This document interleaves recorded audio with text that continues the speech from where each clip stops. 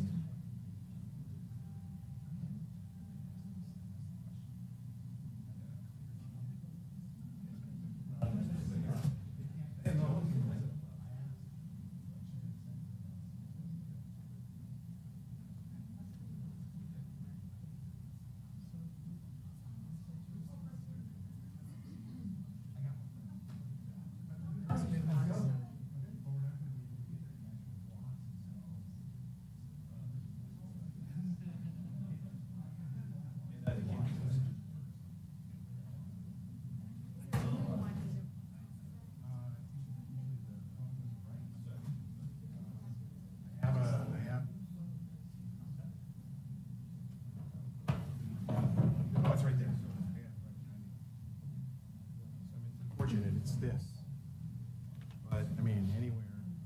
Okay. You can do that and turn it around. Okay, awesome.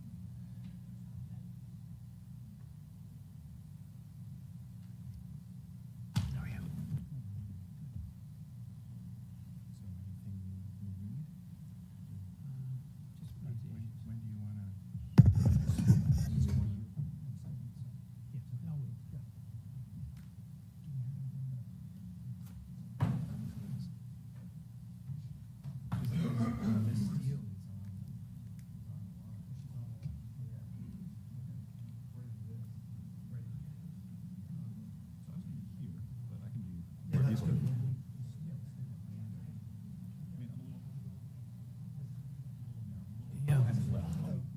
You got me right in line? Just call it right now, please.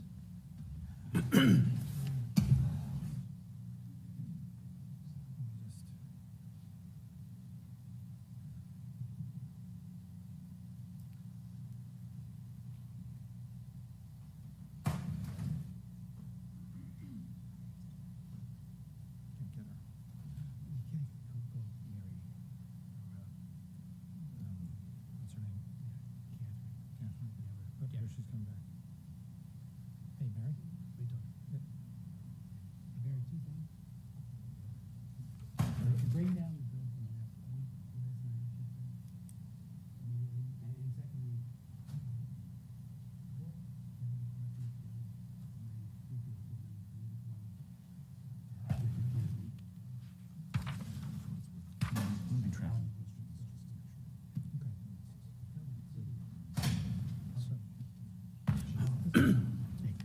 David did great work on this. Go ahead, let me have the substance first here. Yeah, it's very, it's excellent. Amy has been excellent too on the Uyghur issue as well.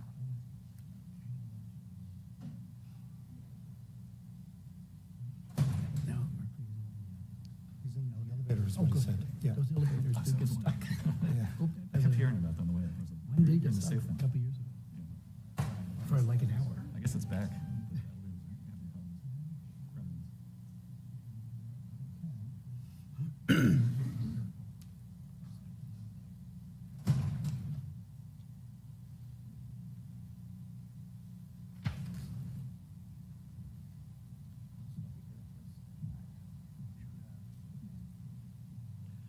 We are waiting for Murphy.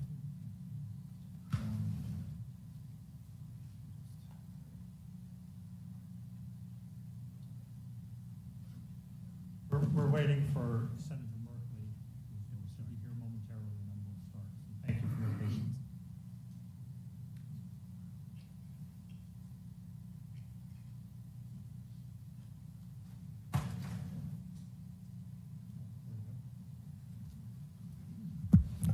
Can the participants turn their cameras on? We're ready to start. Thank you.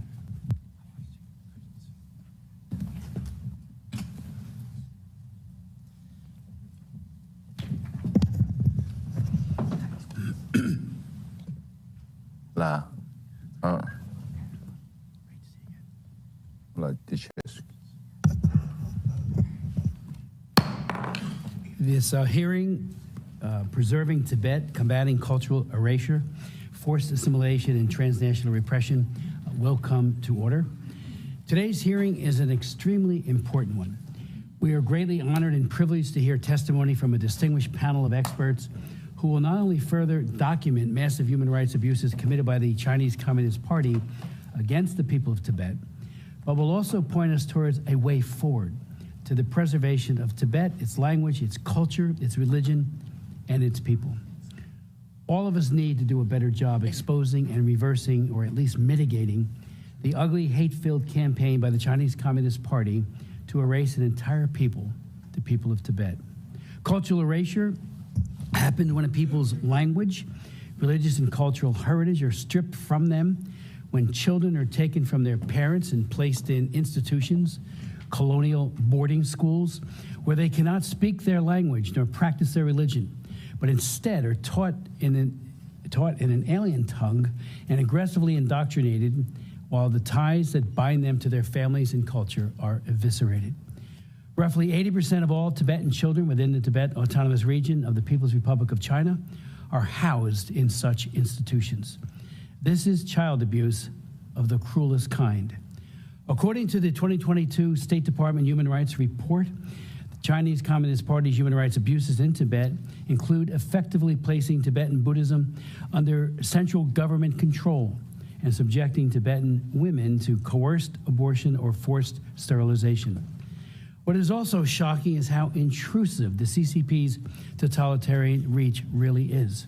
Biometric data, DNA, and its scans of over 1 million Tibetans and others have been harvested and stored by the CCP.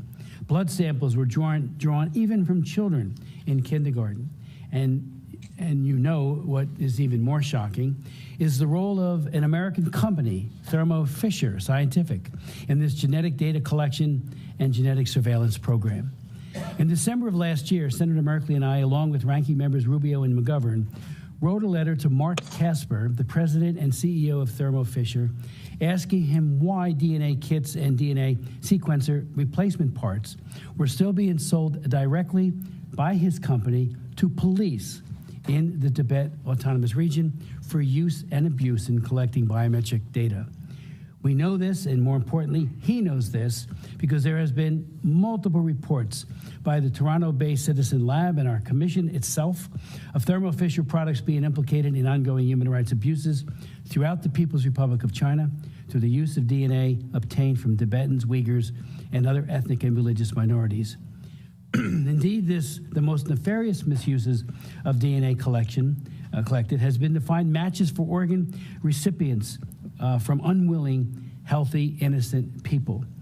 There is a mountain of evidence that this is what is being done in Xinjiang, Uyghur Autonomous Region, against the Uyghurs and other Central Asians, such as the Kazakhs and Falun Gong practitioners. And I would note parenthetically that last night, the House passed with just 2 votes in opposition a bill that throws the book at this horrific forced organ harvest transplantation effort where tens of thousands of people are murdered by Xi Jinping and the CCP to obtain their organs. The average is 2 to 3 organs per person. And I chaired a hearing last year with the Lhadon Commission on this very issue and heard from experts. And I was shocked. I've been working on this for years. I was shocked just how pervasive it is and how lucrative it is for the Chinese Communist Party. And one other footnote to that, when any Chinese Communist Party official gets sick and is in need of a new liver or a new lung or heart, who do they turn to? Those people that they despise the most. And the average age of those who are murdered for their organs is 28 years old. Finally, I want to note that Tibet is important because of what has happened in Tibet, beginning in the 1950s, early 50s, is a template for so many of the crimes against humanity which we see play out within the recognized borders of the People's Republic of China today.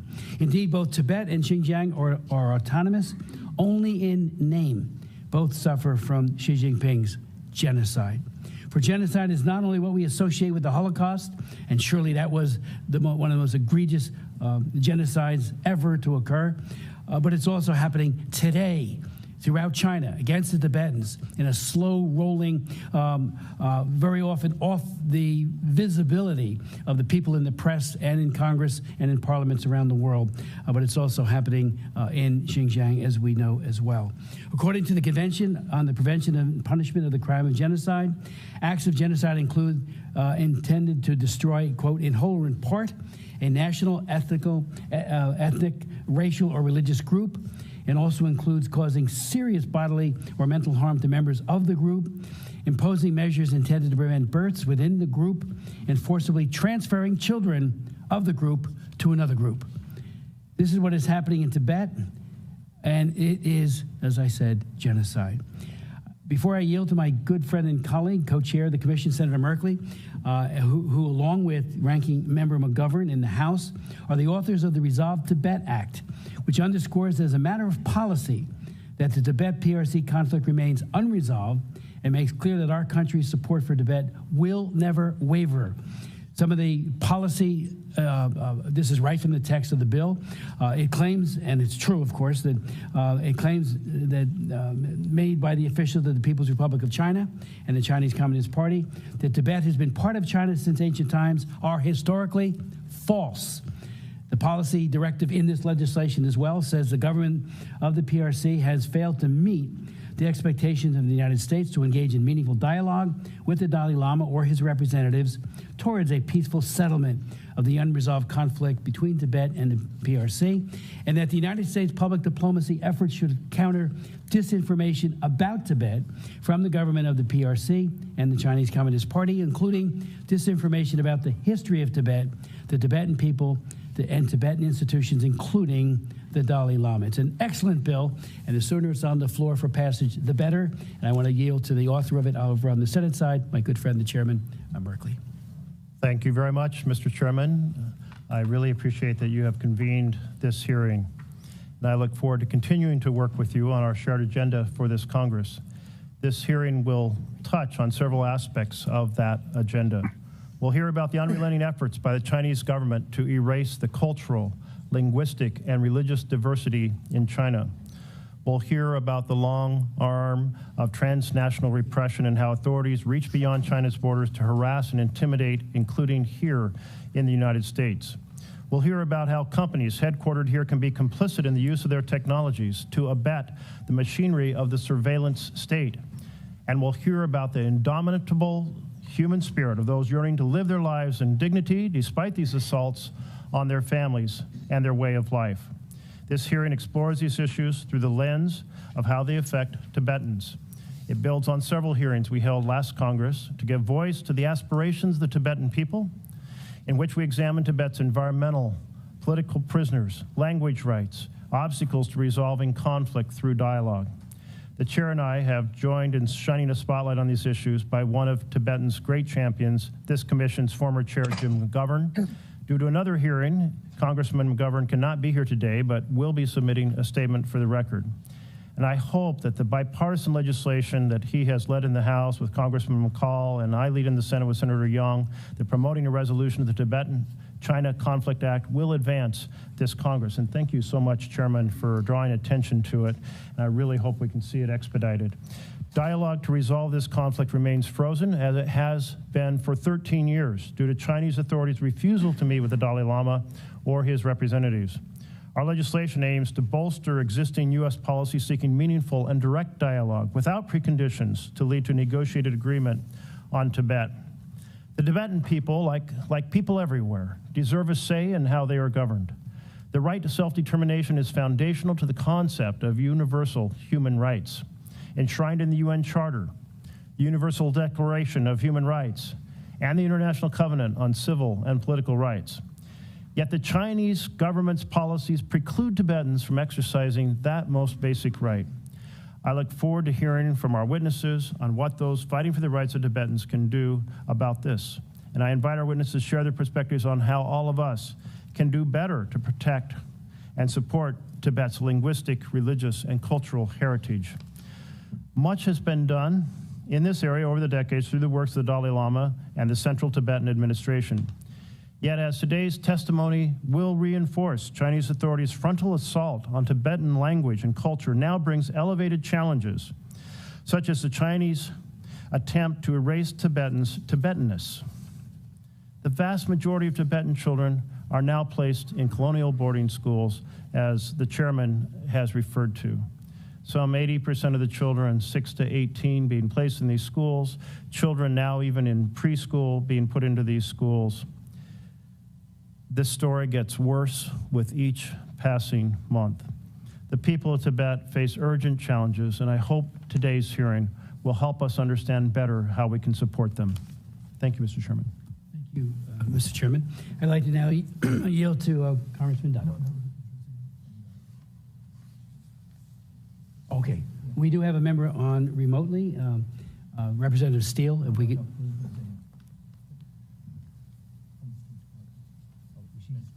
She's remote. I'm sorry. Okay, I'd like to yield to a member of the State Department. Yeah, one of the uniqueness of this commission is that we do have members of the State Department. It is the China Executive Commission, which makes it very, very unique. I'd like to yield to her at this time.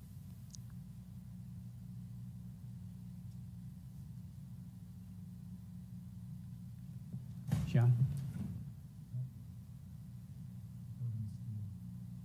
Okay, we will come back. Congresswoman Steele. Actually, Mr. Chairman, Yes. is it okay? Can you hear me? Yes, we can. So thank you, Chairman, for hosting this important hearing. And every person has the right to religious and cultural beliefs.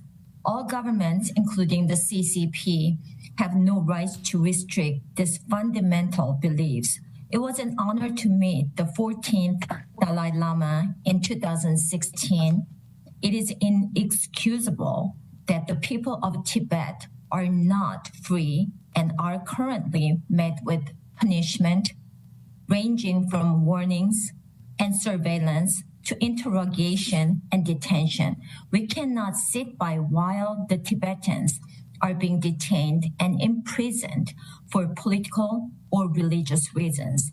So to all the witnesses, the CCP continues to have oversight on Tibetan religious life by mandating political education for monks and nuns, can you believe? Creating apparatus to surveil and manage monastic institutions. Can you expand more on how the CCP authorities continue to reorient Tibetan society?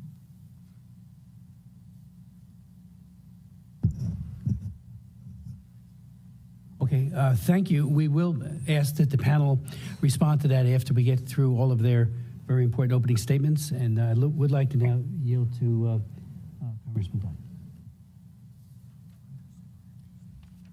First of all, thank you very much, Mr. Chair, for scheduling this important hearing to examine the impact of Chinese Communist Party's repressive rule on Tibetans. And I look forward to the testimony today from this august panel who's taken time to be with us. I also want to express my gratitude for serving on this bipartisan, bicameral commission, my colleagues in the House as well as in the Senate and the executive branch who are with us. It's a privilege for the opportunity to participate because I believe very strongly that this is a critical examination of what needs to be done to ensure that China's compliance with international human rights standards are held firm. Look, as a former intelligence officer myself with nearly 2 decades of experience both in the military and the working in counterintelligence operations inside of China, I've seen firsthand the national and the economic threat posed by China's global interests. And we've seen throughout the course of recent events, China will do whatever it takes for that level of global domination. In Wang Ji's book, 36 Stratagems, he highlights a theory that is steeped in Chinese cultural history. This idea of sacrificing the plum tree to preserve the peach tree. And what they mean by this is that you can sacrifice in the short term those who are most vulnerable for the strength of those who are in power. We are seeing this played out constantly in the autonomous state of Tibet today by the Chinese government. The individuals who are here in this room today know that the Chinese government is relentless in its approach to apply advanced technology to repress and track its very own people. Intrusive electronic surveillance is prevalent at every level. With this fact alone, it is cause for concern. the forced and often arbitrary collection of sensitive biometric information on millions of Tibetans and other local residents by their government officials is both dangerous, it is repressive, and is a clear violation of basic human rights. By leveraging this technology, the Chinese government can identify people who not only their face, but also make up their cellular data, the very essence of who they are. The Tibetan population is put in serious risk of genealogical repression for future generations who are targeted on the basis of their DNA. In fact, between 2016 and 2022, the DNA collection program in the Tibetan Autonomous Region is believed to have cataloged as many as 1.2 million, approximately a third of the entire population of this region. And worse yet, Chinese authorities are targeting this data collection, as the chairman highlighted, in an effort on primary schools where they're taking blood from children as young as 5 years old. All of this done without any parental notification or consent. China's pervasive surveillance technology does not stop at the Tibetan border. The CCP's repression efforts extend to Tibetan communities abroad and is further evidence of the extreme lengths the Communist Party will go to undertake the dismantlement of the entire Tibetan civilization.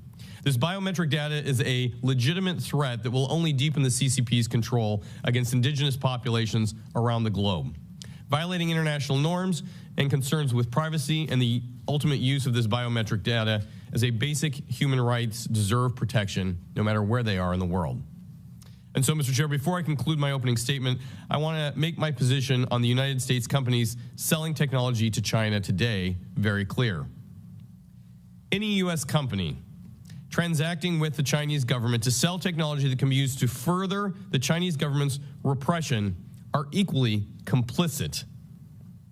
China's blatant human rights violations should immediately be clear, and those companies need to sever their ties with these violators. So again, to both the chairman in the House and the Senate, I look forward to our witnesses' statements today, the recommendations that you're providing to us so that we can take constructive action on this and make sure that China does not use their authoritarian surveillance or put others in a place where they also become subject to this type of totalitarian state. With that, I yield back the remainder of my time and thank the panel for being here today. Thank you so very much for your very strong statement. Thanks, sir. We welcome you to the commission and look forward to your leadership, which will be greatly appreciated. The Undersecretary of State, Unzra Zaya, is here remotely. She's going to now provide her opening comments as well. Thank you, Representative Smith, Senator Merkley, and my fellow distinguished commissioners for the opportunity to speak today on this timely and important topic. And I'd like to welcome our distinguished guests, Sikyong Tsering, Mr. Gere, Ms. Tethong, and Mr. Dorjee, whose valuable insights I look forward to hearing. We're gathered here today at a critical moment for Tibet. PRC authorities continue to wage a campaign of repression that seeks to forcibly sinicize the 6 million Tibetans in the PRC and eliminate Tibet's distinct religious, cultural, and linguistic heritage. Recent reports on government-run boarding schools and involuntary mass DNA collection in Tibetan areas shock the conscience. These policies, targeting ethnic minorities and religious practitioners, are part of broader PRC efforts to reshape and undermine human rights globally, including through various acts of transnational repression. This administration will continue to shine a light on Tibet-related issues within our broader human rights concerns with the PRC, bilaterally and jointly with multilateral partners, and promote accountability for the PRC's human rights abuses in Tibet and elsewhere. As U.S. Special Coordinator for Tibetan Issues, I am committed to continuing this administration's close and sustained cooperation with Congress to deepen our strong track record of support to the Tibetan community and uphold an affirmative vision for human rights. Thank you. I'd also like to put forward 2 questions to our distinguished panelists. First, as we know, the PRC subjects Tibetans to intense surveillance and draconian controls over the flow of information, including the simple act to talking to those outside the PRC. These threats extend outside the PRC as authorities target Tibetans through in-person and virtual harassment, as well as threats to family and friends still living inside the PRC. Understanding the impenetrability of the Great Firewall, how can we improve information flow into and out of the Tibetan Autonomous Region? My second question is, as U.S. Special Coordinator for Tibetan Issues, I've prioritized engagement with our partners and allies to enlist multilateral support for the global Tibetan community, especially on the issue of the Dalai Lama's succession. I would welcome our panelists' recommendations on how the international community can continue to elevate this issue multilaterally and what actions that you've seen as most effective to challenging PRC narratives. Thank you. Thank you very much, Madam Secretary, and thank you for those excellent questions, which I know the panel will look forward to answering. I would like to welcome, again, an incredibly distinguished panel, beginning with the Sikyong of the Central Tibetan Administration, Penpa Tsering. He's the leader of the Tibet's government in exile, known as the Central Tibetan Administration. He was sworn in as the Sikyong at an official ceremony graced by His Holiness himself, the Dalai Lama, on May 27th, 2021. Mr. Tsereng's service to the Tibetan cause and people includes his election in 1996 to the Tibetan Parliament in exile. Employing his knowledge of economics, he also served in the Parliament's Budget Estimate Committee multiple times. In 2001, he was re-elected as a member of the Tibetan Parliament, during which time he took as the role of executive director of the Tibetan Parliamentary and Policy Research Center, a research agency based in New Delhi. As executive director, his outreach efforts directed towards Indian political leaders led to the successful revival of the all-party Indian Parliamentary Forum for Tibet. In 2008, after his re-election to a third term as a member of the Tibetan Parliament, he was elected as the Speaker of the 14th Tibetan Parliament in exile, and in 2011, he was again elected as Speaker. He is a tremendous diplomat. Many of us who have met him are just very much impressed with his skills, his diplomacy, and his compassion. And he will be coming to us remotely from India, and he will be our first witness. Our next witness, no stranger to the Congress, House and Senate, and to this commission, a true champion of human rights and democracy and for the people of Tibet, is Richard Gere. He's chairman of the board of directors for the International Campaign for Tibet. He's a very successful actor, and I've seen, and my wife, most of his movies. We loved them. First Night was my favorite, but there's many other good ones in there. He's an amazing humanitarian, as I said, and a man of tremendous compassion. For more than 30 years, he has worked not only to draw attention to the situation in Tibet and His Holiness, but also to provide practical resolutions and solutions to the humanitarian crisis that is rooted in injustice, inequality, and intolerance. He also campaigned for awareness and education in HIV/AIDS affected communities. He has helped to build the first female dormitory in India for HIV-positive women, their children, and HIV-positive orphans. In 1991, he founded the Gere Foundation, a private foundation focused on advocacy, education, human rights, and cultural preservation. Richard has also used his popularity and, again, his very articulate voice to amplify the nonviolent struggle for Tibet, which he brings to us again today. He's co-founder and chairman of the Tibet U.S. House in 1987. He joined the International Campaign for Tibet's board of directors, where he has served as chairman since 1995. So I just want to thank him for that tenacious and long-standing leadership. It has made a difference.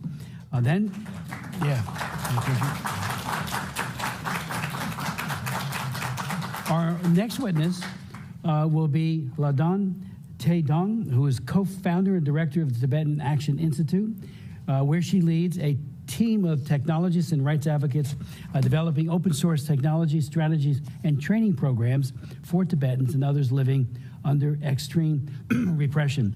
Formerly the executive director of Students for a Free Tibet International, she has led the campaign against the 2008 Beijing Olympics. Note parenthetically that Frank Wolf and I went over and we tried very hard to get the IOC first not to award it, and then went a couple weeks before and told everyone, including our own embassy, what a farce it was for all of these politicians to be flocking to that 2008 Olympics, and I would say ditto for the one that just occurred, that you don't become complicit in an IOC event when, again, a genocide is occurring in real time. Now we have another genocide that occurred in real time while another Olympics was going on. She has testified before this commission in the past. She has received a number of awards, including the James Lawson Award for Nonviolent Achievement from the International Center on Nonviolent Conflict in 2011, and accepted the Democracy Award from the National Endowment for Democracy on behalf of Tibet Action Institute in 2018. Tenzin Dorjee is a senior research and strategist at Tibet Action Institute and a doctoral candidate at Columbia University's Department of Political Science, focusing on the efficacy of nonviolent resistance strategies and the influence of religion. He has held leadership and programmatic roles at a number of organizations, including the National Endowment for Democracy and Students for a Free Tibet. He is Tendor, as he is known to many of us as, is the author of the Tibetan Nonviolent Struggle, a Strategic and Historical Analysis. His writings have appeared in the Washington Post, Foreign Policy Journal of Democracy, National Interest, Tibetan Review, and the Oxford Encyclopedia of Politics and Religion. He has also testified before the our commission back in just a couple of years ago. So I would like to now ask, if we could, hear from Penpa Tsering, such time as he may consume. Thank you. Thank you very much, Chairman Smith, Chairman Merkley, members of the distinguished guests. Thank you very much for inviting me for this hearing. And I'm very much encouraged by the presence of Special Coordinator for Tibet, Undersecretary Azra Zia, who has been very diligently and wholeheartedly fulfilling her responsibilities as a Special Coordinator for Tibet. And I'm also very happy to be present here alongside a person who continues to play a very significant role in keeping the hopes of the Tibetan people alive, and someone whom I hold very dear, Mr. Richard Gere, Chairman of the International Campaign for Tibet. You have also invited two prominent Tibetans, Lhadon Tethong and Tenzin Dorjee of the Tibet Action Institute, as you mentioned before. Both are very competent in their leadership, and they are now known for their research on challenges confronting Tibetans inside Tibet, including the colonial-style boarding schools. I'm sure with them speaking in detail on some of the specific issues, I request the chairs to consider my written submission as part of the testimony, which covers almost the events over the last 1 year. And as the democratic elected leader of the Tibetan people, the Central Tibetan Administration, of which I'm the Sikyong, is fully committed to following the middle way policy, the way forward shown by His Holiness the Dalai Lama and adopted by the Tibetan Parliament in exile. This policy is aimed at finding a non-violent, mutually beneficial, negotiated and lasting solution to the Sino-Tibet conflict that can set an example to this violence-ridden world. Resolution to the Sino-Tibet conflict can have profound geopolitical implications for a more peaceful and secure region and the world. The absence of traction on dialogue since 2010 sounds ominous, but we remain positive about finding a peaceful solution to the Sino-Tibet conflict that avoids extreme polarities. The sincerity of the People's Republic of China's leadership manifests in the policies and programs being implemented in Tibet as we speak. In the last few years, evidence emerging out of Tibet in the form of reports by the UN Independent Institute, the independent institutes and scholarly research, the Chinese government's one nation, one language, one culture, and one religion is aimed at forced assimilation and the erasure of Tibetan national identity and other minority nationalities. Unsurprisingly, the international watchdog Freedom House lists Tibet as one of the most least free country in the world, alongside Syria and South Sudan. We often get asked as to why we don't hear about Tibet anymore.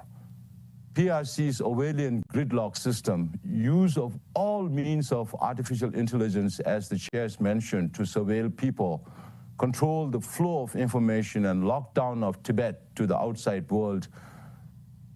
Even those in leadership roles in education, religion, culture, and environment are being arbitrarily arrested, or they just disappear. One's actions are linked to welfare of one's near and dear ones. 157 Tibetans were known to have self-immolated since 2009, hoping against hope that the PRC government would pay some attention to their plight, and hoping against hope that the international community would come to their rescue, but to no avail. The Chinese government focuses too much on development and fails to understand the real aspirations of the Tibetan people. Tibetan language, religion, and culture are the bedrock of Tibetan identity. Compassion and nonviolence, which form the foundation of our culture, will undoubtedly promote peace and harmony in the world. However, these are facing unprecedented threat of eradication. The atheist Chinese government is trying to fully control the process and authority of recognizing the reincarnation of Trukus, or living Buddhas as they say, that is unique to Tibetan Buddhism, besides interference in the study of Buddhist philosophy and control on their movement. To speed up assimilation, large-scale forced relocation of Tibetans from their traditional homeland to Chinese territories and within Tibet, mass transfers of Tibetan youth to China are forcing all these Tibetans to be moved to other areas that are not of their traditional culture. As part of the 50 years China's Western Development Program started at the beginning of this millennium, unscrupulous use of natural resources and reckless construction of dams, railways and road network, airports and other infrastructure in Tibet threatens irreversible damage to Tibet's fragile environment. Tibet is known as Asia's water tower and the third pole because of the amount of glaciers and permafrost that feeds all the major rivers of Asia. Therefore, it concerns not only Tibet and the Tibetan people, but has serious implications on the food, economic, and water security of a population of about 2 billion people downstream. If PRC is not made to reverse, to change its current policies, Tibet and Tibetans will definitely die a slow death. Mr. Chairman, members of the committee, I would like to express appreciation for organizing this very important hearing. These hearings are a boost to the indomitable spirit of the Tibetans inside Tibet and source of inspiration for the Tibetans in exile to continue with our just struggle. I wish to reiterate our gratitude to the U.S. Congress for making necessary changes to the Tibet Policy Act. The continuous support from the Congress, government, and people of the United States will enable the resolution of the Sino-Tibet conflict through the middle way policy, which will bring peace to Tibet and beyond. I fervently hope that the bill on promoting a resolution to this Tibet-China Conflict Act introduced in both houses of the U.S. Congress will be made into law. Thank you very much for this opportunity again.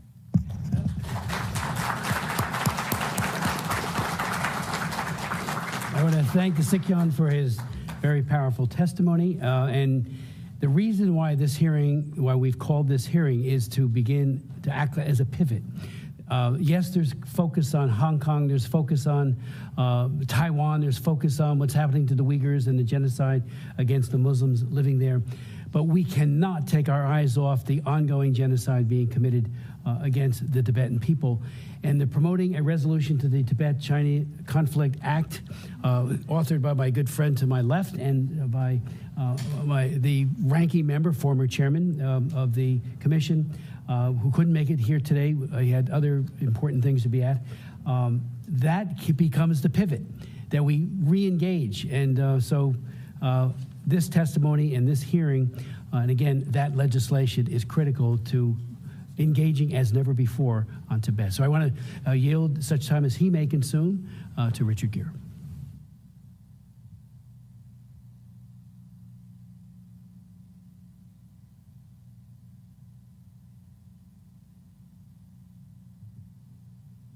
How's this? We got you now. Okay, thanks. I mean, I'm always incredibly moved at these hearings because it's Congressman Nunn. We haven't met before, but I'm astonished by the power and the profundity and intelligence of your discussion with us today and your experience. So thank you for being part of this. Thank you, Chairman Smith, as always. Senator Merkley, thank you so much for your continued support for these important things. Representative Steele, who spoke, thank you very much. And Undersecretary Ezra Zaya, thank you so much for speaking here today. I'm here, my motivation is clear for the Tibetan people, for the Tibetan brothers and sisters that I've known for 45 years. It was 45 years ago that I wandered into a refugee camp in Nepal and was astonished by these extraordinary people. And the little that I've been able to help them in the meantime, I think has only to a very small degree repaid what they have given me over the last 45 years. So I'd like to acknowledge our Tibetan brothers and sisters in the room right now. Thank you so much.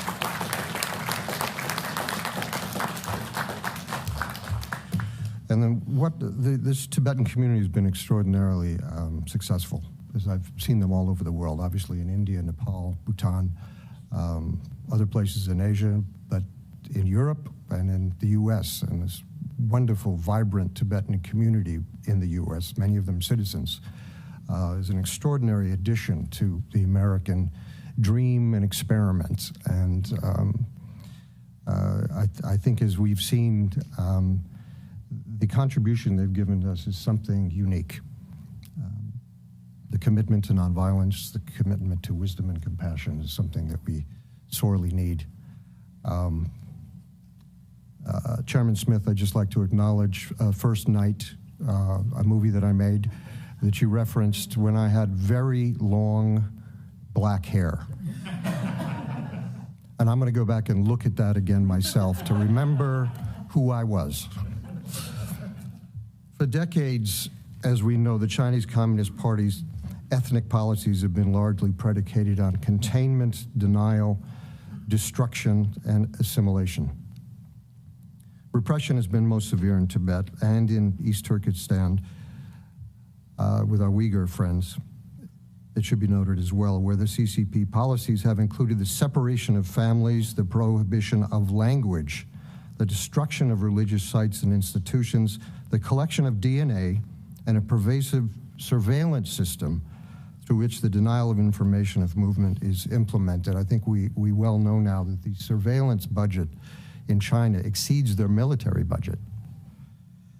I obviously do not have to explain this threat to the Tibetan people's very existence to this committee, who likely knows decades of atrocities behind CCP's ethnic policies much better than I do and have spoken so eloquently about them today. Thank you. But briefly, in service of Beijing's long-standing agenda to Sinicize Tibet and manage, in quotes, individual nationalities, the Chinese Communist Party's policies have been characterized by cruelty, collective violence, and extreme persecution. The saddest truth is that the CCP's process of assimilation and erasure is all too often concealed by Beijing's intricate and powerful propaganda machine. Within China's digital prison, just like all authoritarian regimes, the Chinese government targets the very core attributes that define the continuity of a people, specifically the family unit, religious expression, cultural tradition, language, and environment, land. Literally, this was a land grab, a land steal from the Chinese side. Identifiable mechanisms like arbitrary detention, forcible transfer, rape, torture, disappearance are all tools that have been well documented throughout the course of Beijing's assimilation practices. Xi Jinping's recent appointment of Pan Yue to the Central Committee is likely an indication of this aggressive assimilation that will not only continue but surely intensify. And if the Beijing chairman's recent visit to Moscow is any indicator of a new era, every one of China's 55 ethnic groups, including Tibetans, Uyghurs, Mongolians, are right to be extremely afraid. It does not have to be this way. As you know, the Dalai Lama has offered in countless ways over many, many decades, since the 1950s, a pathway to resolution built on a dialogue process meant to identify a peaceful and stable resolution in Tibet, which grants Tibetans meaningful autonomy within the framework of the Chinese Constitution. Just as a sidebar, when the talks broke down between the Chinese and the Tibetans, which I believe was 13 years ago, I think it was about then, 13 years ago, it was because the Tibetan side brought to the discussion the Chinese Constitution, and their suggestions for a compromise were based on the Chinese Constitution itself. The Chinese walked out and refused to resume discussion. So it's clear where they were coming from. It's obvious why mutual agreement is crucial to Tibet's survival and the avoiding of the eradication of the Tibetan people, but it might be much less clear to Beijing how this benefits them. There are three key elements of this benefit to them. First, it lends Beijing the legitimacy that it so desperately seeks in Tibet and which it's never had. Second, it enables Beijing to reset the relationship with India. And third, if successfully implemented, a reciprocal agreement in Tibet removes or perhaps lessens the international stigma associated with Beijing's abysmal human rights record, ranging from acts of genocide like those determined by the International Committee of Jurists in 1960 to present-day criticism of Beijing's long-standing brutality in Tibet and East Turkestan, which has only intensified after the 2008 Tibetan uprising, which has been followed by years of self-immolation sacrifices from the Tibetan people in protest of the Chinese government's violent rule.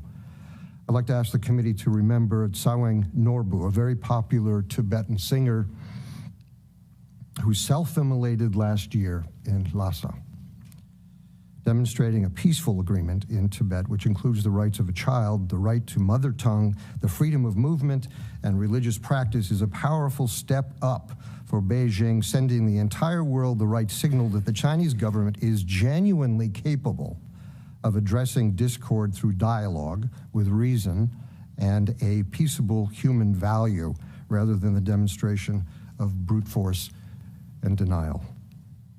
Two steps must be taken to help this happen. First, we must be clear about the history that brought us to the point of the People's Republic of China in Tibet. Second, the United States, allies, and the international community must speak with a unified voice.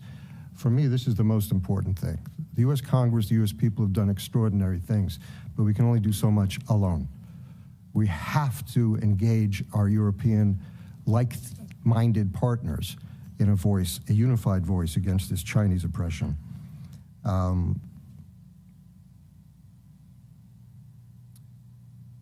For the record, the Chinese Communist Party invaded Tibet without any provocation whatsoever, and actually at the suggestion of Stalin at the time, in 1949-1950, as the CCP consolidated control over the Tibetan minority nationality, which obviously wasn't a minority of Tibetans, it was all Tibetans. The Chinese had been thrown out of Tibet at that point.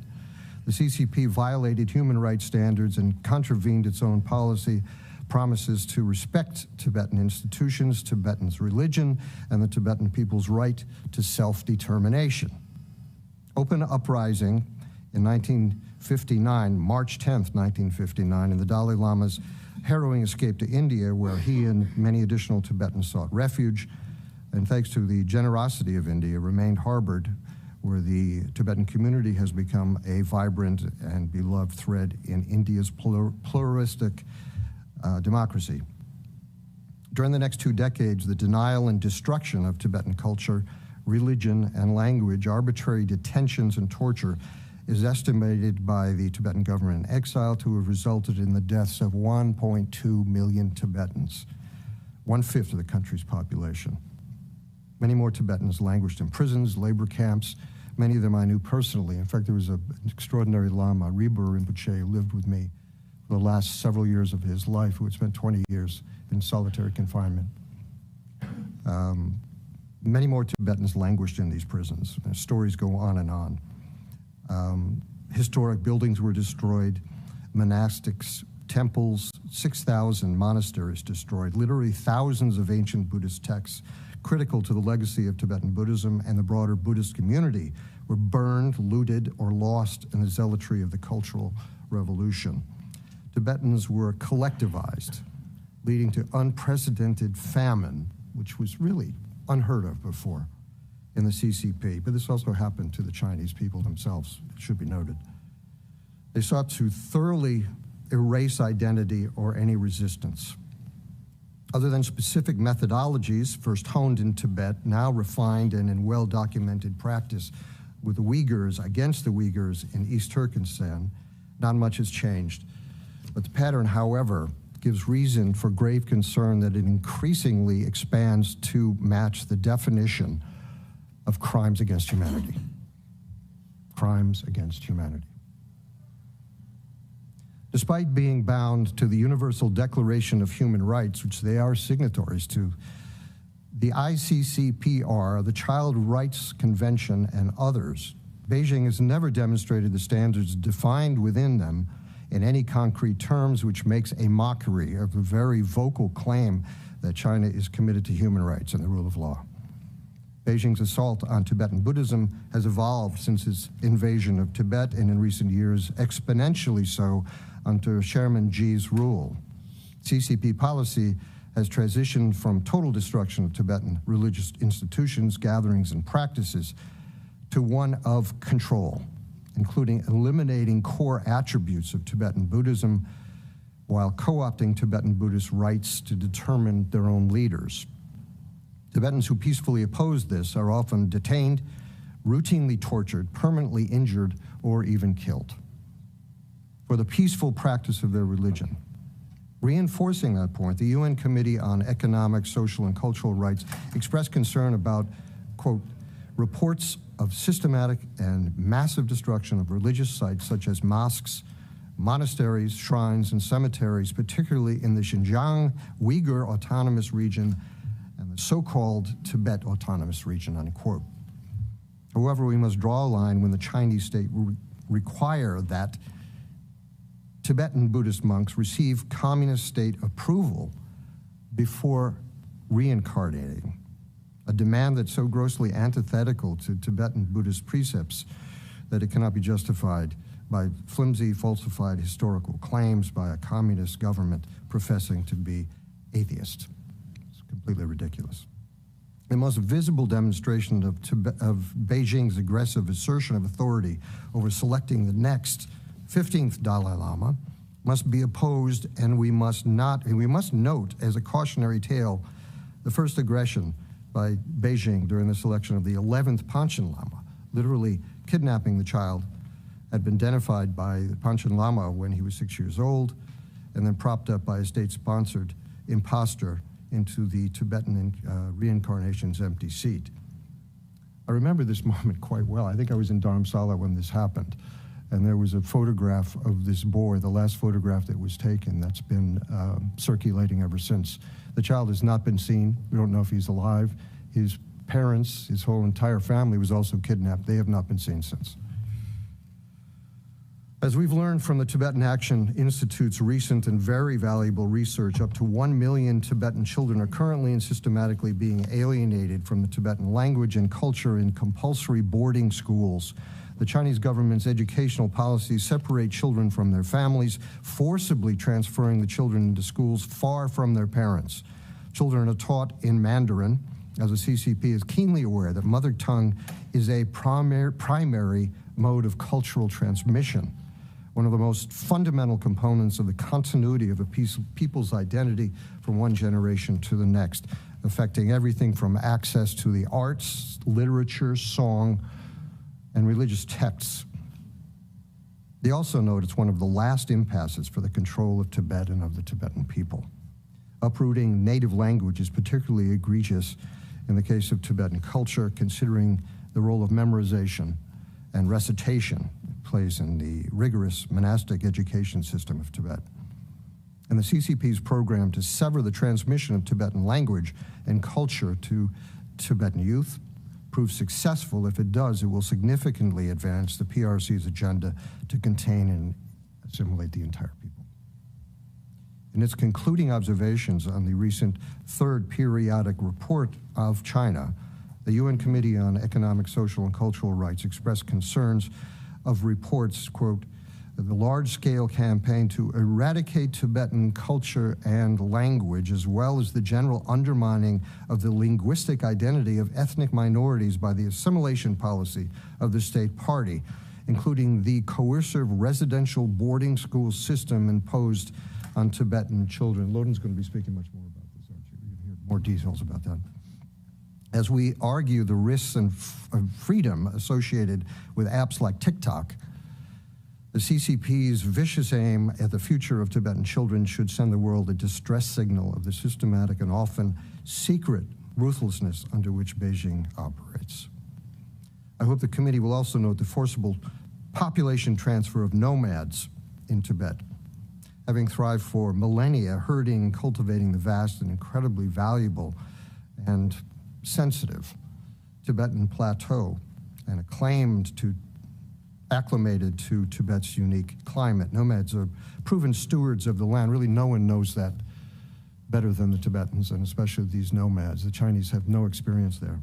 Their culture is deeply tied to the environment's demands through a profound belief system that honors landscapes and all living beings. However, the Chinese government systematically expelling nomads from ancestral lands through forced migration transfers them into concentrated sedentary dwellings. Dispossessed of their way of life and ability to make a living, the result is tantamount to the ghettoization of Tibet. According to Chinese state media, at least 1.8 million nomads have been transferred into these sedentary houses under government policies. This estimate is likely extremely conservative, that in 2013, Human Rights Watch reported that over 2 million Tibetans, two-thirds of the entire population of the TAR, had been rehoused, in quotes, with hundreds of thousands of nomadic herders forced into, quote, new socialist villages.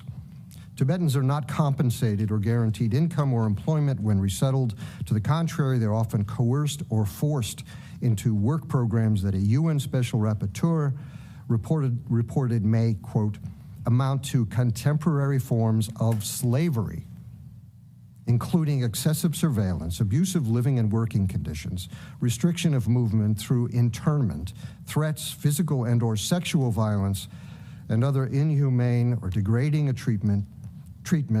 Some instances may amount to enslavement as a crime against humanity, meriting a further independent analysis, unquote. CCP surveillance in Tibet is pervasive at all levels of society. Beijing's matrix of technology, which is heavily invested in and finely tuned, monitors the movements, phone calls, and internet habits of every citizen. The most minor offenses can lead to imprisonment, torture, and even death. Information control, internet blackouts, and invasive digital surveillance feeds a massive state of control in Tibet, as we've recently witnessed the emergence of CCP police departments in the shadows of democratic cities throughout the world. It's astonishing. We know the surveillance extends far beyond Tibet's borders. Within China, Chinese tech firms have developed software to detect and track Tibetans and other, quote, ethnic minorities within the PRC.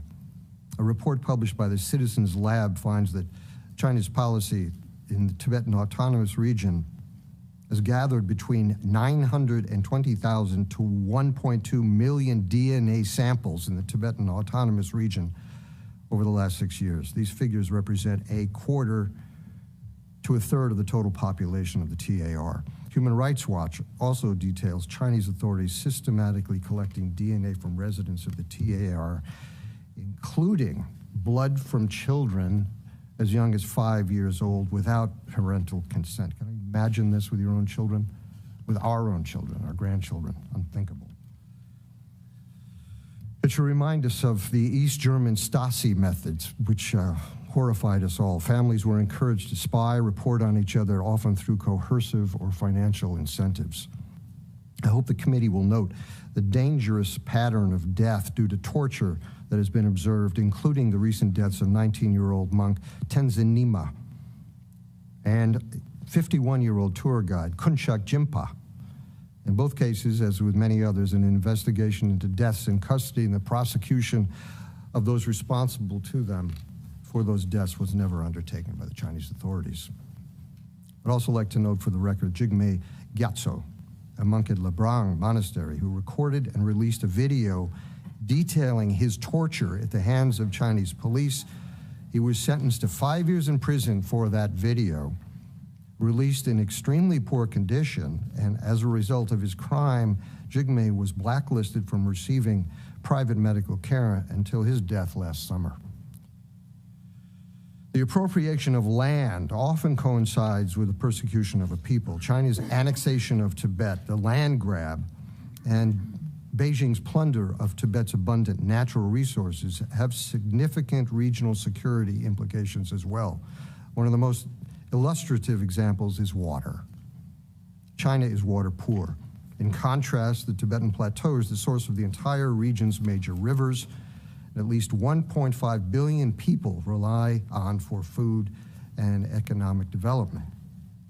The PRC has erected numerous massive damming projects and continues with extensive plans for water diversion. China's occupation of Tibet provides necessary resources to China while allowing Beijing to control the tap for South and Southeast Asia. This is a very, very important factor. This is security for the entire world that we're playing with here. Precious metals and minerals serve as another example. Tibet's occupation provides access to 126 different minerals, including copper, iron, uranium, zinc, gold, and lead. Tibet has also large amounts of lithium, and that's critical to powering modern technologies like cell phones, hybrid and electric cars. Tibet's location and scale also provide a commanding position for the entire Himalayan region, a fact certainly not lost on the Communist Party. We've witnessed deadly skirmishes between the Chinese and the Indians in Arunachal Pradesh, where the People's Liberation Army encroaches on Indian borders and continues to antagonize stability in the region. Resource exploitation, environmental appropriation of the plateau overlay a thick blanket of repression over Tibetans who call it home. Voicing or communicating concern over these policies puts Tibetan lives at risk of detainment, disappearance, or worse. And so fear permeates the plateau, leaving Tibetans silenced. This is how Tibetan people survive in occupied Tibet, in fear and silence. According to international law, people deserve the right to determine their own future. The Tibetan people's call for dialogue with the People's Republic of China is an urgent cry for self-determination to protect Tibet's unique culture, religion, linguistic, and environmental heritage. This cry has been going on now for decades. While self-determination does not carry a single definition, the Tibetan people have proposed a way forward towards self-determination and meaningful autonomy within the framework of the Chinese Constitution in a reciprocal proposal of compromise based on protecting the core interests of both Tibet and China. His Holiness the Dalai Lama has presented multiple documents over these many decades that provide a concrete framework for negotiation. Yet in contrast, Beijing refuses to return to the tables. 13 years have passed since the last Sino-Tibetan dialogue, although the U.S. routinely calls for the resumption of dialogue. In fact, it's by law of the land now that it has to be called for. The Tibet Policy Act of 2002 requires that. A resumption of dialogue, and has made multiple laws stating support for dialogue. The CCP ignores it, and any like-minded nations calling for that same dialogue. Such a strategy must be called out. China must return to the negotiating table at the highest level immediately. And these are the policy recommendations going forward. To pass H.R. 533S 138, which has been discussed, very, very important piece of legislation, and work with the administration to clarify U.S. support of the Tibetan people and negotiations with the Dalai Lama and the Tibetan leadership. This is essential, completely essential to long-term support of Tibetans' call for self-determination. Number two, the implementation of the Tibetan Policy and Support Act and the Reciprocal Access to Tibet Act. These were really important things that passed Congressmen over the last years, both houses. And we have to make sure that they are implemented and we follow through from all of us to go to the State Department and say, what have you done? We need the report. By law, this is something you have to do. And they need that encouragement. Follow the UN Committee on Economic, Social, and Cultural Rights in its concluding observations.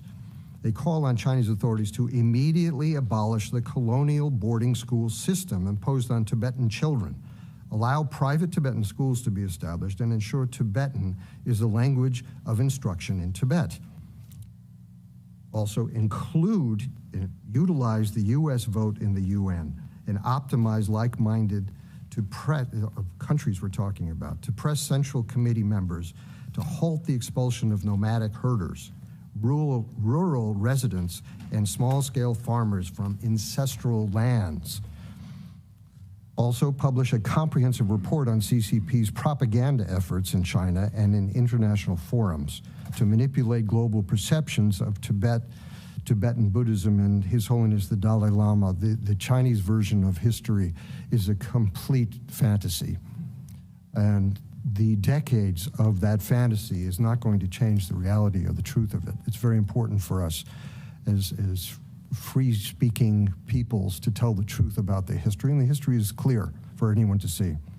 Monitor CCP's digital transnational oppression, international police presence, and evaluate the rights violations both in China and in other countries.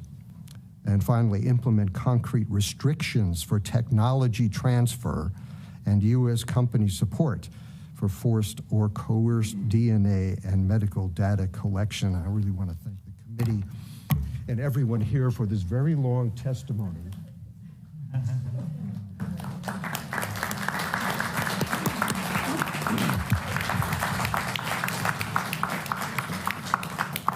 Everyone here knows this already, but maybe someone else listening to this hearing or reading it will hear it for the first time.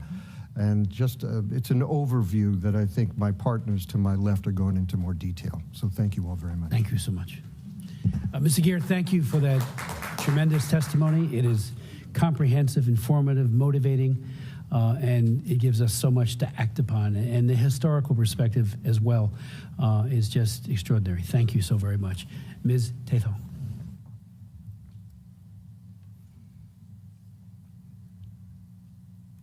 Chair Smith, Co-Chair Merkley, and other distinguished members of the Commission, thank you for your steadfast and groundbreaking leadership on the Tibetan issue.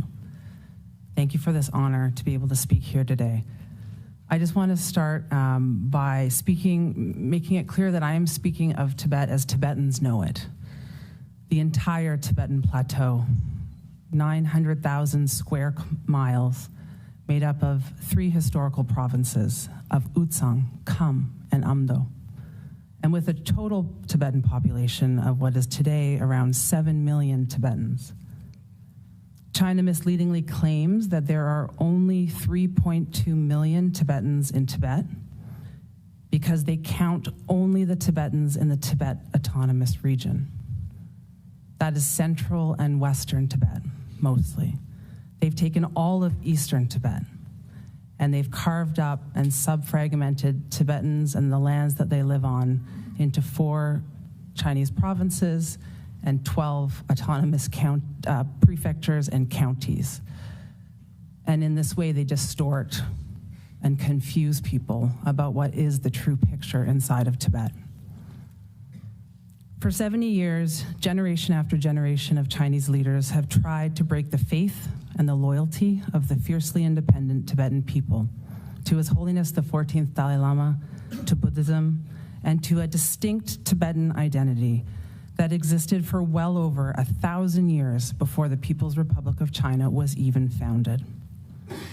But after using countless strategies, resources, and unimaginable violence, Xi Jinping now believes the best way for China to conquer Tibet is to kill the Tibetan in the child. He's doing this by taking nearly all Tibetan children away from their families and from the people who will surely transmit this identity to them, not just their parents, but their spiritual leaders and their teachers. And he's handing them over to agents of the Chinese state to raise them to speak a new language, practice a new culture and religion, that of the Chinese Communist Party. A little over a year ago, Tibet Action released a report showing that at least 800,000 Tibetan children are now living in a massive network of boarding primary, middle, and secondary schools across all of historical Tibet.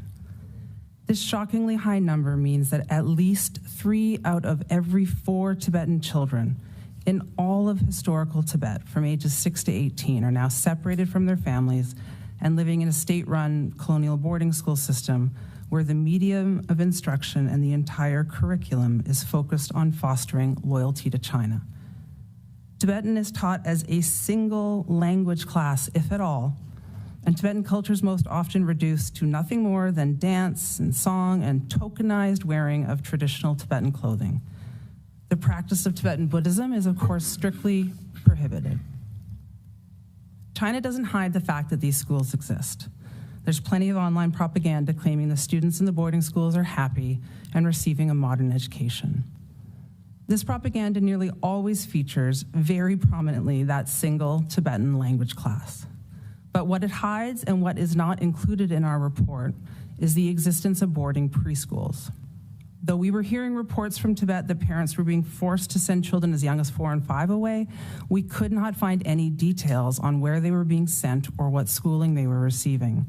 It was only on the eve of actually releasing our report that we met an expert eyewitness who'd recently fled from Tibet and who confirmed the existence of the mandatory boarding preschools for children living in rural areas of Tibet.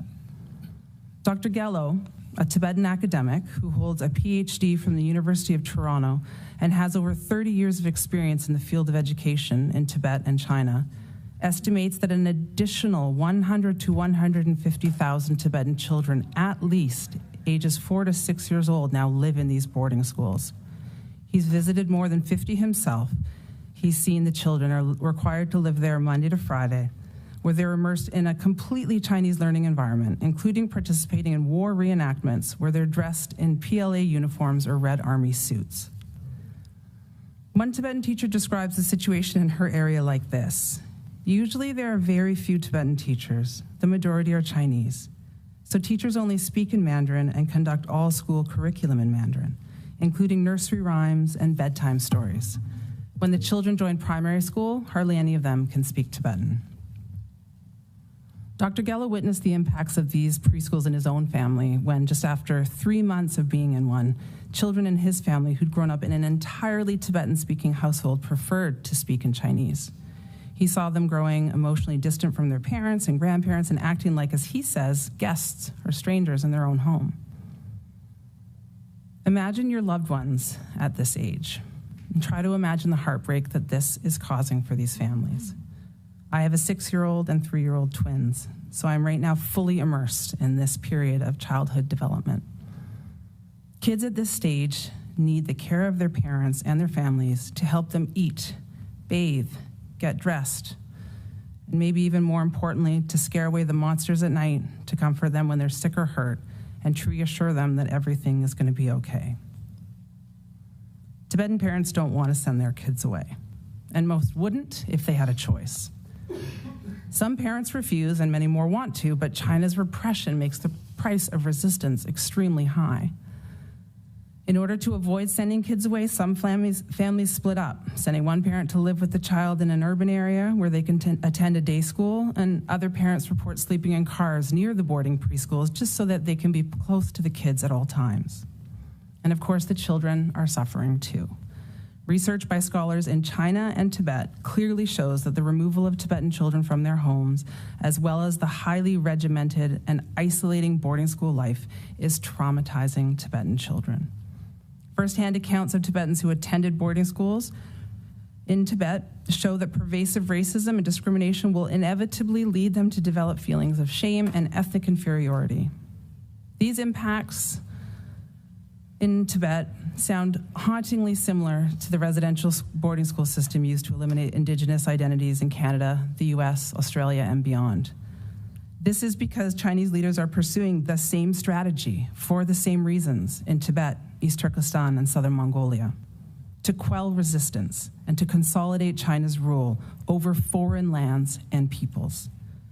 And while Chinese officials argue that the schools in Tibet are fundamentally different from boarding schools of the colonial era, in part because students get to attend schools with modern facilities, they miss the point entirely that what matters is what Tibetans want for their children.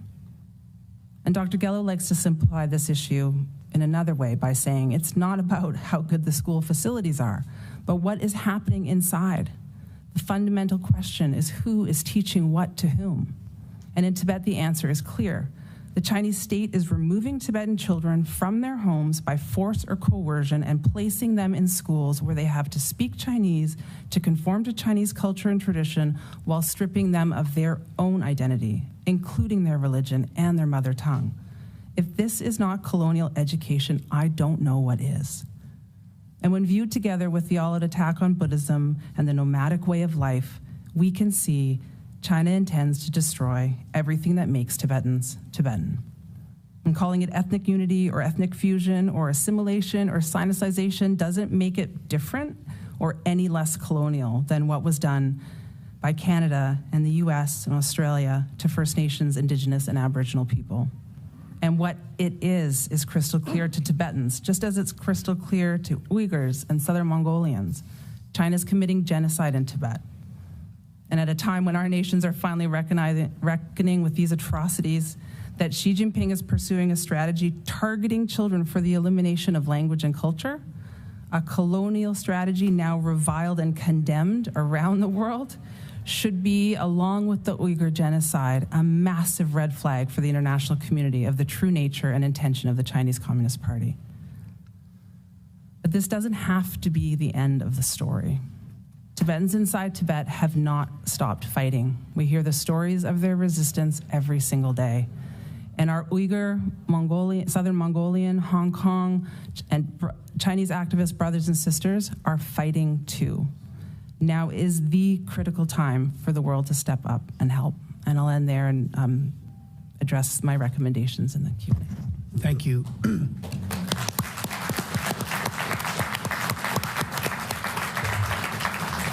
Thank you for those very powerful insights and the warnings as to what Xi Jinping and the Chinese Communist Party is doing to the children.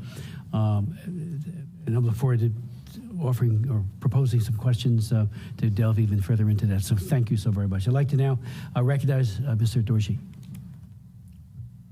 Thank you so much, Chairman Smith. Thank you, Co-Chair Merkley. And I want to thank all the CECC staff for organizing this important hearing on Tibet.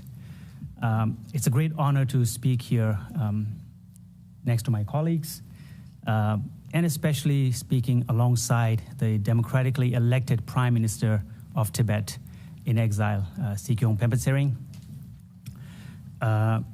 It's also very inspiring to be here in this room today with some of the most active members of the Tibet movement who are right here in this room, especially one of the most inspiring heroes of the Tibet movement, former political prisoner Ngawa Sangdola. I just saw her sitting over there.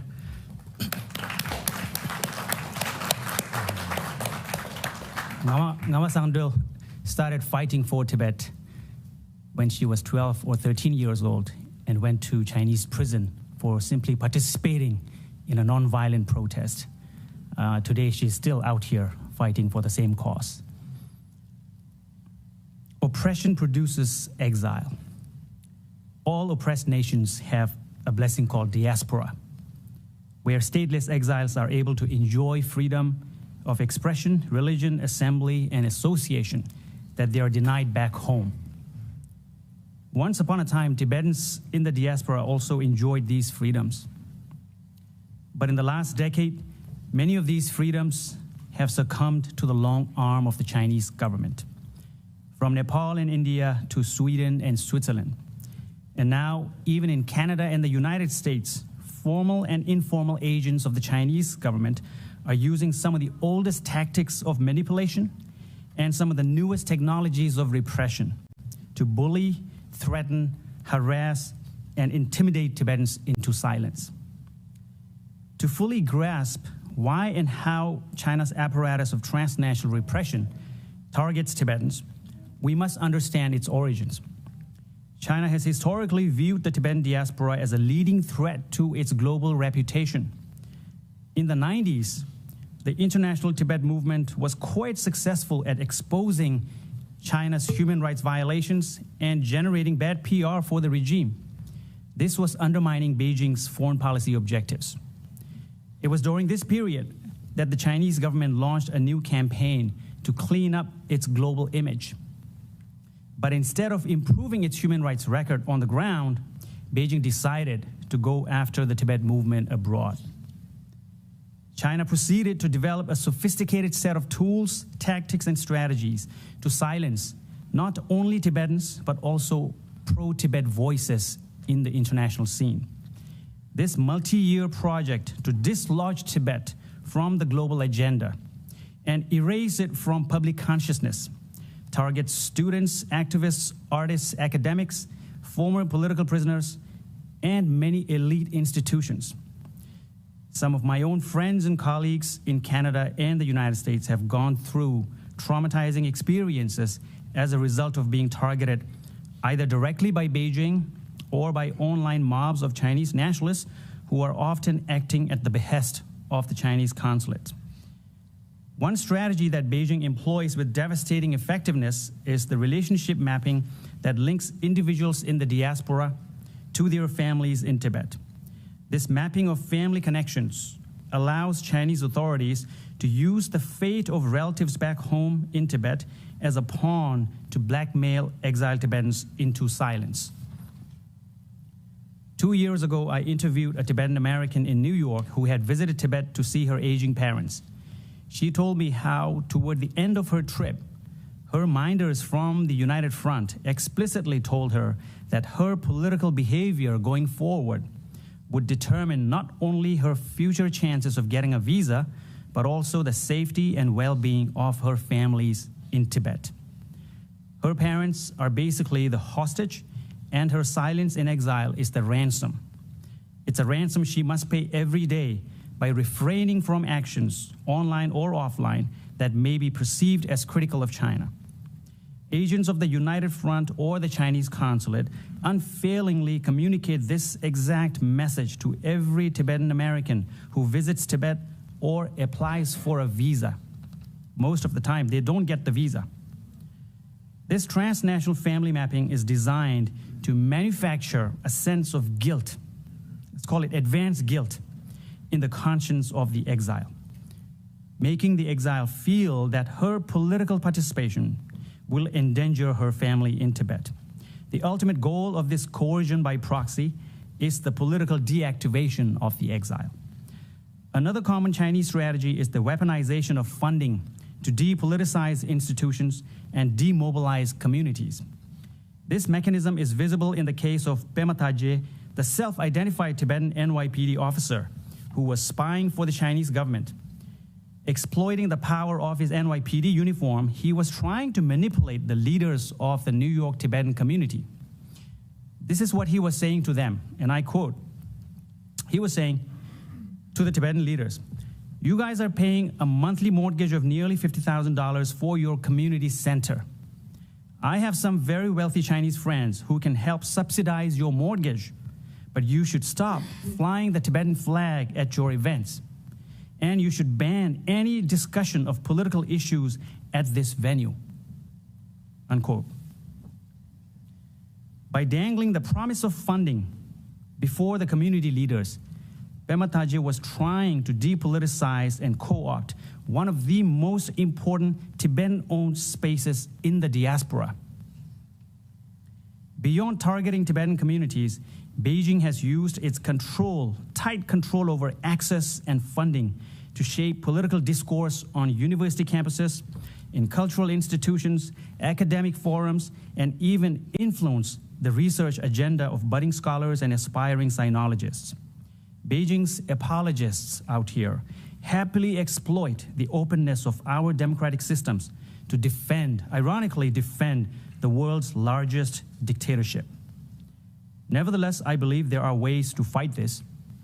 The US and the West in general has conceded so much ground to China in the last 3 decades and moved the equilibrium so far in Beijing's favor. It is time to reset the diplomatic baseline, and it's time to go back to first principles of historical truth of Tibetan independence and legal right of the Tibetan people to self-determination. It is time to liberate ourselves from the delusion that sweeping human rights under the rug or throwing Tibetans and Uyghurs to the wolves would somehow make China more likely to cooperate on issues of common interest or geopolitical importance. The best way to counter China's transnational repression is to proactively support the Tibetan, Uyghur, and Hong Kong people's transnational decolonial advocacy for human rights and self-determination, and strengthen the Chinese people's long-standing struggle for democracy and freedom. Thank you. Thank you.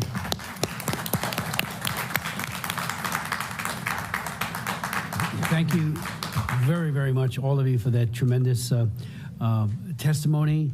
This has to be a pivot. I think your point, we have unfortunately bought into a narrative from Xi Jinping and Hu Jintao and all the others that preceded him, that somehow if you go along, you get along, you do more trade and things matriculate from dictatorship to democracy.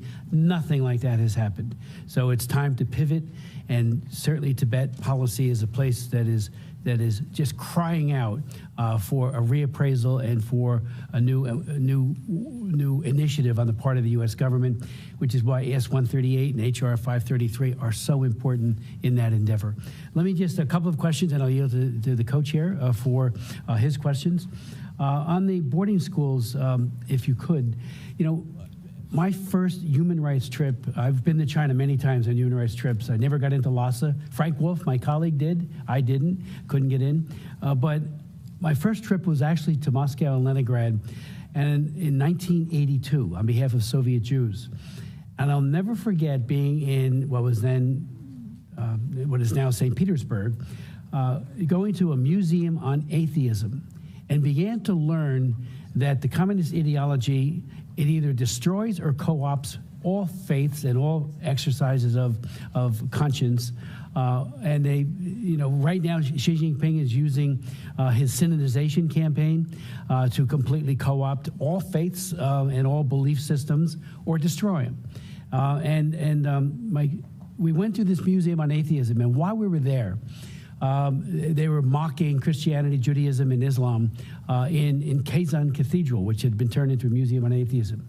While we were there, all these young pioneers, children that were 11, 8, 10, were going by with guides, pointing to all of the faith symbols and mocking them, because we got a translation from our people that were taking us through it from the embassy, mocking them like I couldn't believe. And all the children were laughing.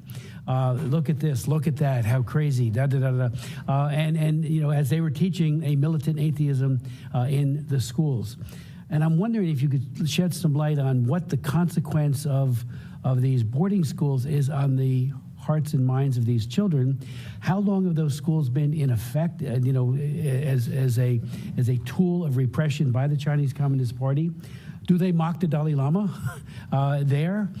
We know that on the internet, if you put the Dalai Lama into, and I did it at a Beijing internet cafe, and didn't get anything but negatives, unbelievably harsh negatives. And Google was all a part of it. I was on a Google website or search engine in Beijing, and that's the garbage that I got from the censors from the Chinese Communist Party. And I'm wondering, once they get a child with a very impressionable, malleable mind, what is the impact when they're trashing and mocking the Dalai Lama, Buddhism? Do we know how it's affecting the children? Are they turning against, how do they resist? And do they have contact with their parents while they're at the boarding school? Do they, what is the modus operandi there? Do they come home for summer vacation, or I use that in an American context, but do they get time off to see their parents? Because again, it's just. Secondly, if I could, on the population transfer issue, which Mr. Gere, you pointed out, I read one of the Dalai Lama's books, and I remember he had a whole section about population transfer as it was happening, and it's only gotten worse as obviously Tibetans, indigenous Tibetans, are increasingly displaced. They also have used the forced abortion, coercive population control program very effectively as a tool of genocide. We know that, and I'm wondering if you might want to speak to the transfer issue. And finally, the whole issue of, and you mentioned it, Mr. Dorjee, about the dislodging from the international agenda. There are too many people who just care about the trade so much and about getting along with the Chinese diplomats who are very smooth, except when they are not in international fora. I've seen them at the UN. I've seen them at the Human Rights Council in Geneva, and they're bullies if they don't get their way. I went to a press conference that was being held by the Chinese delegation at the UN Human Rights, and I asked questions. And they closed down the press conference when I got into several human rights issues. They're all miffed. Before that, they were all talking in superlatives about how great the Chinese human rights record is, which it is not, of course. So again, these pieces of legislation and the prioritization of this by our Secretary of State, our Ambassador to the United Nations, and others, we need to do more to get Tibet further on the agenda. Yes, we have terrible issues with the Uyghurs. We have Hong Kong, Taiwan, all the other terrible, terrible issues, but it can't be at the expense of Tibet. It's got to be reasserted front and center. Maybe you could give us some insights as to how. Thank you for those questions. Briefly, so restricted access, Tibet is so restricted, so severely restricted, it is nearly impossible to know the exact situation and conditions, not just in the schools, but what it is like when the kids go home, because people are just, the climate of fear is so incredible.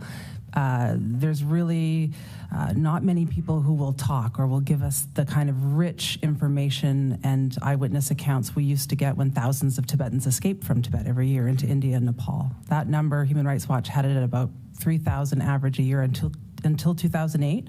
Now that number is a dozen, maybe make it? Less. Even less? Yeah, way less. I mean, it's unbelievable. So we've lost, unfortunately, those rich accounts of what the policy impacts of the Chinese government are inside Tibet.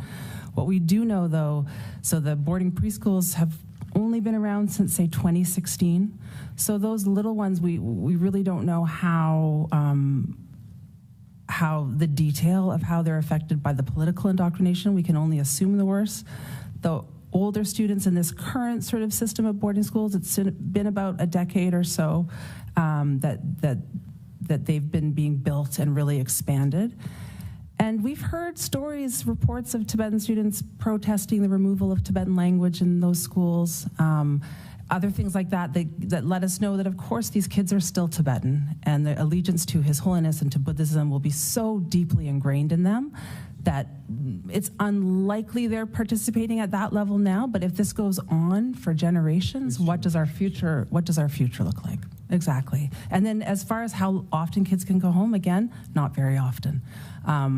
The preschools seem to allow kids to go home on the weekends, but certainly for the boarding schools that are hundreds and hundreds of miles away, the kids can go home supposedly every few months. Some it's even longer, and many parents can't afford to go get them. So kids will go not home, but to a nearby connection or family member, or even have to stay in the school rather than see their parents. Could I just ask you, if a parent challenges the child, do they report on them and then they're disciplined or arrested? When the child goes back to the school or the boarding school and they say, Mom and Dad said this, what happens then?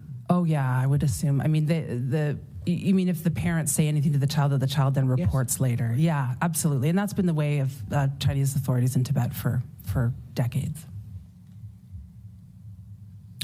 If I may add something very quickly to that, just quickly on what Lhadon was mentioning about the relationship between the children and their parents is already becoming very, very weak and in the process of being cut right now. Children being unable or struggling to converse with their parents. It's very much happening. We have heard several accounts and testimonials of this process undergoing right now. One thing that has already happened to so many families is the relationship between children and their grandparents. Because many Tibetan parents speak Tibetan as their first language, but they are able to speak some rudimentary Chinese as a second language in some places. Whereas when it comes to the older generation of Tibetans who are above 50 or 60, the grandparents' generation, they don't speak any Chinese because there was not a single Chinese in Tibet before 1959 or 1949 during the invasion years. And that generation of Tibetans do not speak any Chinese at all. And they still don't, which means many of these children who are in the boarding preschools, they are coming back home when they are able to come during their short breaks in between. And they're not able to say anything, have any kind of communication. Forget about conversing with their grandparents. They're not able to have any communication with their grandparents. So the grandparents have already lost the children. And this, one thing I want to highlight here is the role, sometimes because our societies, the structure of our societies are so different that we forget the role that grandparents can play in the development of children, their psychology, their worldview, their cultural characters. And in Tibetan society, like many traditional societies, grandparents play an extremely foundational role in the development of the children's worldview, psychology, and their fundamental identity. And that's part of the reason why this is particularly dangerous, what's already happening. One quick thing I want to add also about the second question, China being a bully in so many different scenarios and different arenas. As we all know, this is, nobody likes a bully, but there's nothing worse than a bully who also plays the victim. And the Chinese government has been extremely good at that. They play the victim everywhere, but what they are actually doing, their real character is that of a bully. And they do this inside Tibet, in East Turkestan. They do it to their own Chinese people who are asking for democracy, and they also do this abroad. And one way in which all of these issues, whether it's the Uyghur genocide, whether it's the dismantling of democracy in Hong Kong, or whether it's the colonial boarding schools in Tibet, one way that will help us actually be more effective in fighting each of these issues is actually seeing them as a collective whole. Because what the Chinese government is trying to do is isolate each of these issues and get the world to see them as separate issues so that our list keeps increasing, because China's crimes are increasing, right? There are so many. So we get overwhelmed by just the length of the list, whereas I think if we are able to see all of these issues as part of the same root problem of the Chinese Communist Party, which has no legitimacy to rule over a quarter of the world's population, I think that framework will actually help us visualize a roadmap much more easily to dealing with that.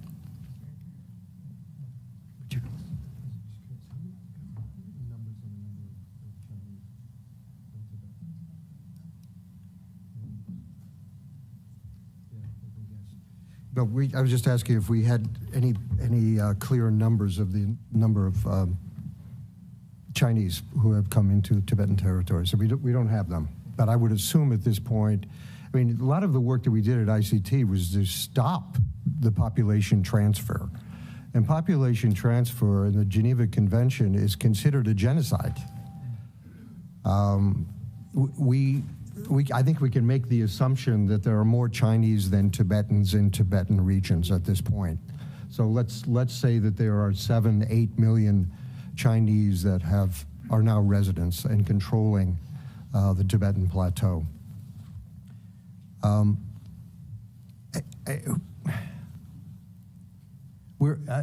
think as you were saying, we get overwhelmed by how vast this Chinese machine is. And, you know, we have to rethink in the West every couple of years what our policies are. And there's an interim period where there's discussion and there's a relaxation of movement. There's no relaxation in China. These policies were set many, many decades ago. And this 100-year program for the Chinese to take over the world, they're 50 years ahead at this point, because they're on point of knowing exactly what they set out to do. The mechanisms that they have in place are everywhere now. They're in our universities, they're in our schools, they're in our police departments, they're in our, you know, the deep structures of our intelligence community. They're everywhere. And we have to look at this, but as the gentleman said, we can't get overwhelmed by how big it is. We have to be able to parse it piece by piece and look at it. And the things that mean most to us are our children, frankly. And to look at that the deepest, I think, and this question of continuity of culture from grandmother, grandfather to child is deeply important for us. Can we imagine our own kids being devoid of that kind of cultural continuity and transfer of thoughts and emotions and a sense of who we are in the universe? The Tibetan culture was an experiment of extraordinary visionary possibilities. When Buddhism came to Tibet in the 7th, 8th century, they were tough guys in the community. Tibet at one point controlled all of Asia. They controlled the Mongolians, the Chinese, which there wasn't even the Han Chinese at that point. The Han Chinese were a very small, insignificant kingdom that long ago. But Tibet was transformed by Buddhism. They took it seriously. And the institutions were not institutions of generating money or power in a worldly sense, but creating bodhisattvas, perfect human beings who actually generated love and compassion and wisdom. And the institutions of the convents, the nuns, the monasteries were supported by the people. And that's where they sent their kids gladly there to be educated and to foster these incredible ideals, which is, I grew up in a Christian household, compassion, love, care for our neighbors. These were important things to us that we had to learn from our parents and our culture. The Tibetans learned it in the extreme, that this was a life and death struggle between the right path and the wrong path. And the path they chose was love and compassion in all levels of society. Chinese disrupted that completely in 1949 with this invasion. And it was a very unfortunate but necessary thing for the Dalai Lama to leave. When I first became interested in the Tibetans, and I knew very little about the political situation, I was going to go to Tibet. And I had a friend of mine, John Avedon, who had just written a book about the history of Tibet and also the diaspora. And he said, "Why are you going to Tibet?" And I said, "Well, I want to see Tibet." I said, "Well, you'll just see Chinese there. And you see people who are so coward and fearful. You won't really have an experience there. Go to Dharamsala, see His Holiness there." So I did. And that was really the beginning of my involvement. But it was so stunning to me to see Tibetans living in exile, but within their own communities with this continuity of culture, were unique. And I see it to that community that's sitting here with us today. These people are unique They're unique on the planet. They're unique in our present society. They have so much to offer us, not just Americans, but the entire planet, of how we can proceed. This breaking of that continuity of love and compassion and wisdom is probably the saddest thing that we've seen. I don't care about the money. I don't even care about the natural resources. I care about this continuity of love and compassion. Right. And that's what we've seen broken. You know, I read John Avedon's op-eds years past, decades ago. One of them was called The Rape of Tibet, and he talked about how forced abortion was used with absolute impunity against the Tibetan women just to get rid of Tibetans. I mean, it was outrageous. So, well, to be fair, they used it against their own people. Of course they do. Of course they do. You know, so this discussion here is not against the Chinese people, right, but against a system which is destroying them as well as us. Thank you so much, Chairman Merkley. I so much appreciate the testimony that each of you have brought and the experiences that all of you who are attending are bringing to bear in this effort. There's a vote underway in the Senate, so I have a question for each of you. But probably, if I'm going to make the vote, which I need to, I'll ask that maybe take 2 minutes to respond to each question. I wanted to start, Ms. Tethong, noting that in November, on behalf of this Executive Commission, then Chair McGovern and I sent a letter to the UN seeking a UN investigation on the separation of Tibetan children from their families to these colonial boarding schools. On March 6th, there was a report that the UN Committee on Economic, Social, and Cultural Rights did do a study. Did not come from the High Commission on Human Rights, but from the Committee on Economic, Social, and Cultural Rights. And it very much called for an end to the forced relocations and the state-run boarding schools, and had quite a lot of data. So, one section of the UN has pursued an investigation. The question now is, how can we take and push the UN to the next step? What's the most important next step that this Congressional-Executive Commission should push for? Thank you for the question, and thank you also for your efforts in moving this issue, changing this issue, especially at the UN. I think if the members of the Commission could request the administration, members of the Commission, members of Congress, could request the administration to really lead a coalition of like-minded countries in opposing colonial boarding schools at the United Nations, at the Human Rights Council, and other international fora. I think that would play a huge part, make such a contribution to first getting this issue out there, because it's been hiding, or the Chinese government has been hiding it so effectively.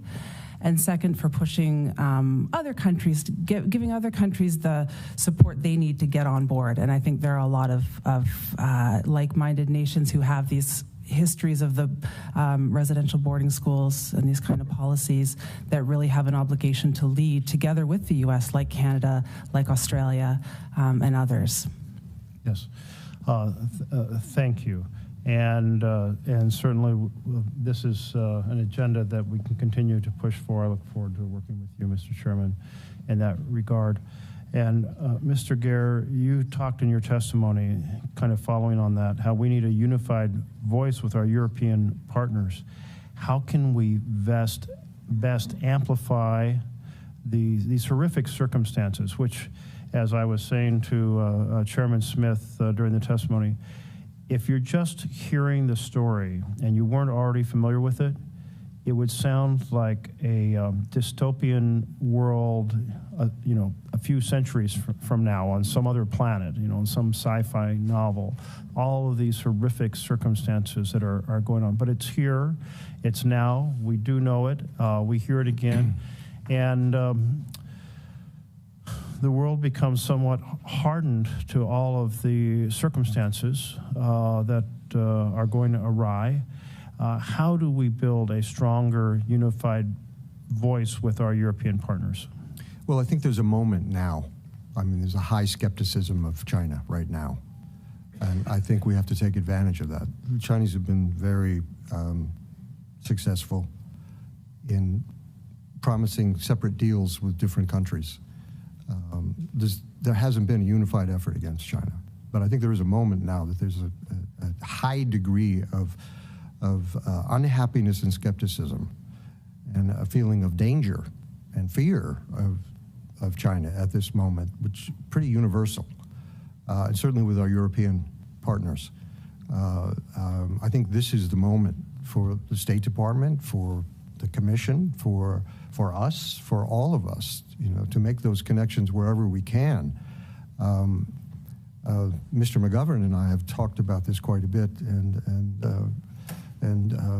Congresswoman Speaker Pelosi also. This is, to me, is central to what we can do to actually change things. The U.S. Congress, the U.S. government, the U.S. people have been completely supportive of the Tibetan cause, and we continue to be very strong in what we're doing. These bills are very important, very powerful bills that are winding their way through Congress and have been achieved. The Tibet Support Act of 2002 is huge in declaring support for the Tibetan people and correcting many of the misperceptions through the propaganda of the Chinese government. Now's the time to talk to our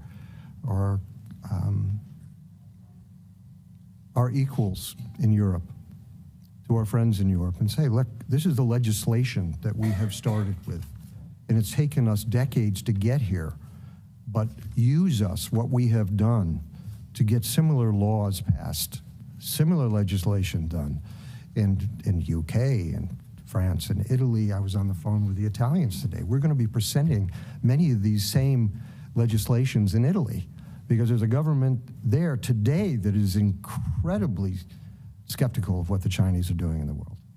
So this is a moment to take it and take chances of reaching out to our friends around the world. Thank you, Mr. Gere, and I know this comes from your heart and from decades of advocacy, and we need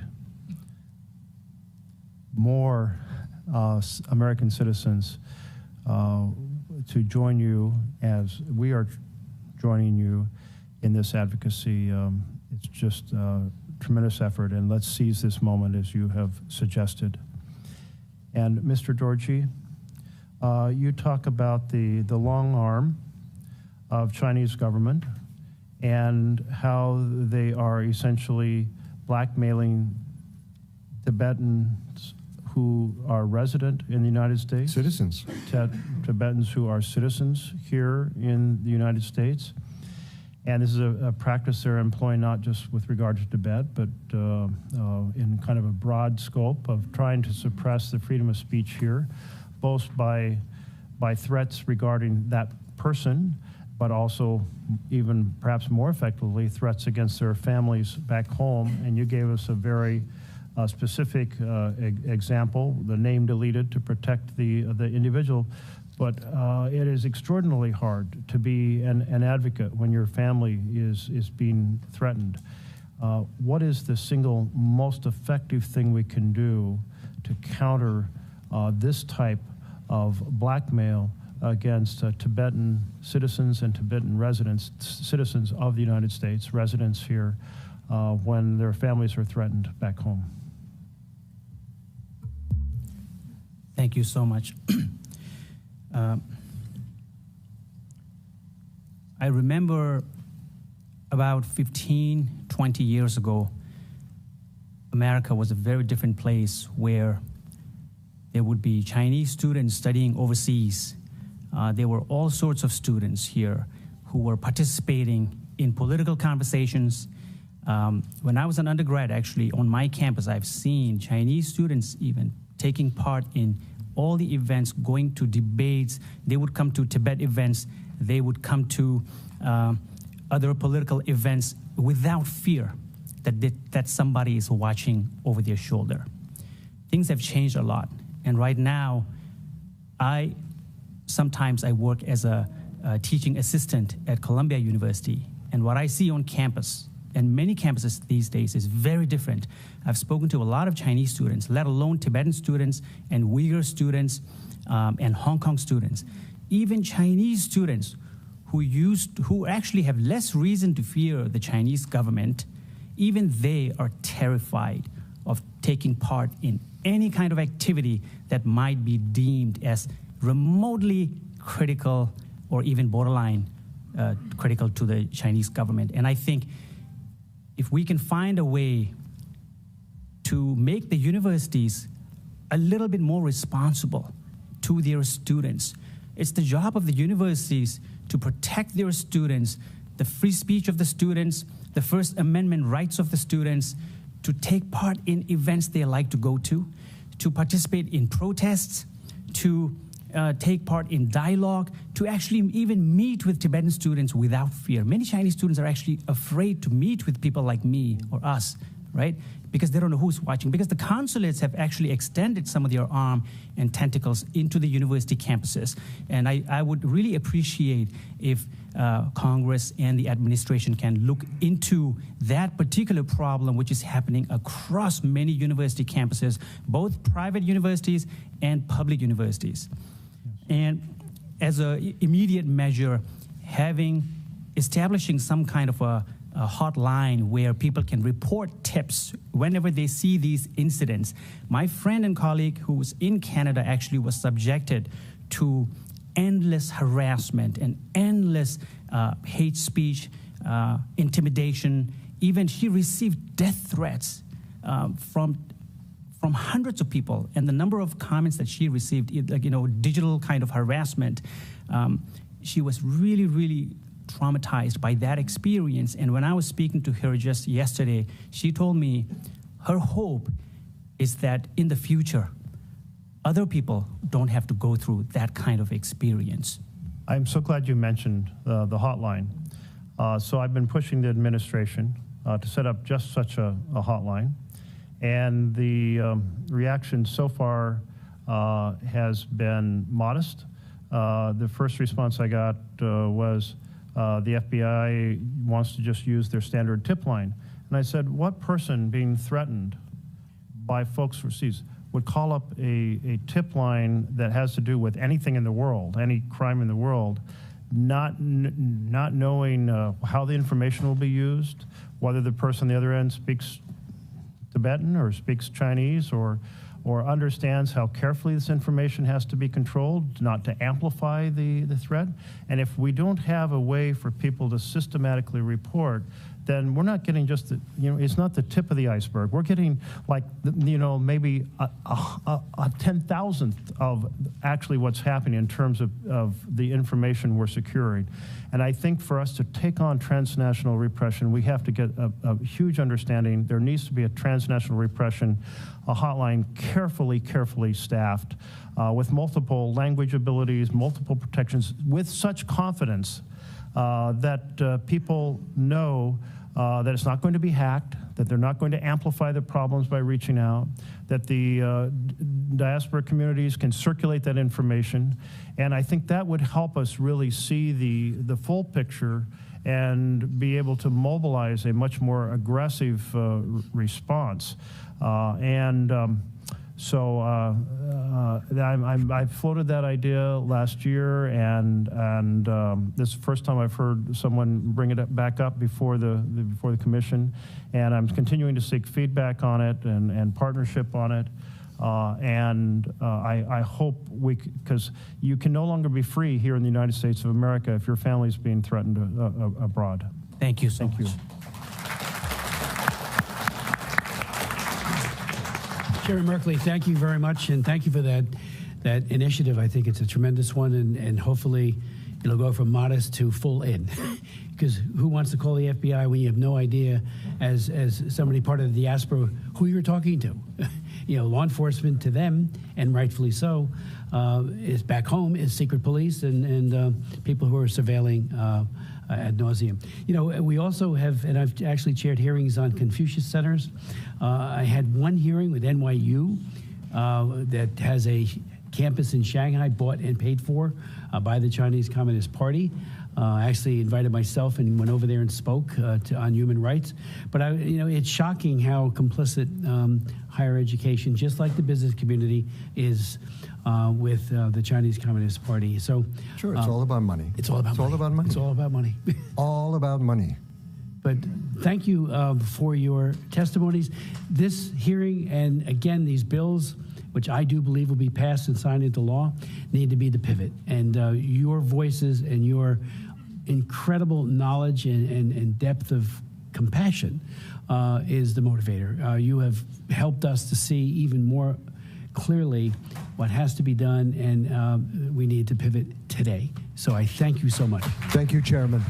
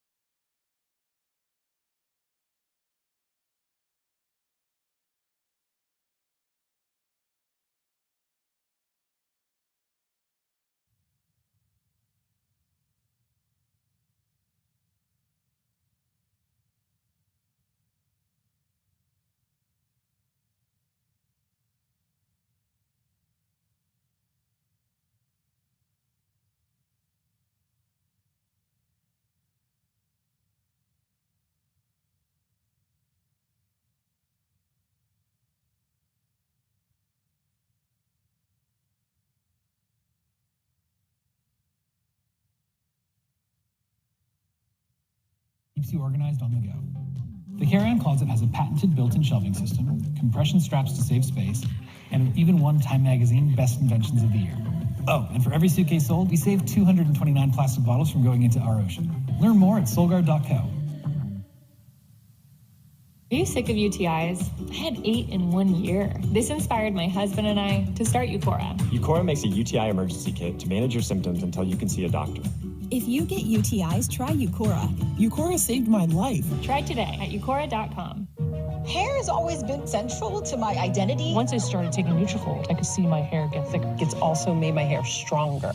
Nutrafol is the #1 dermatologist recommended hair growth supplement. Start your hair growth journey at Nutrafol.com. People remember ads with a catchy song. So to help you remember that Liberty Mutual customizes your home insurance, here's a little number you'll never forget.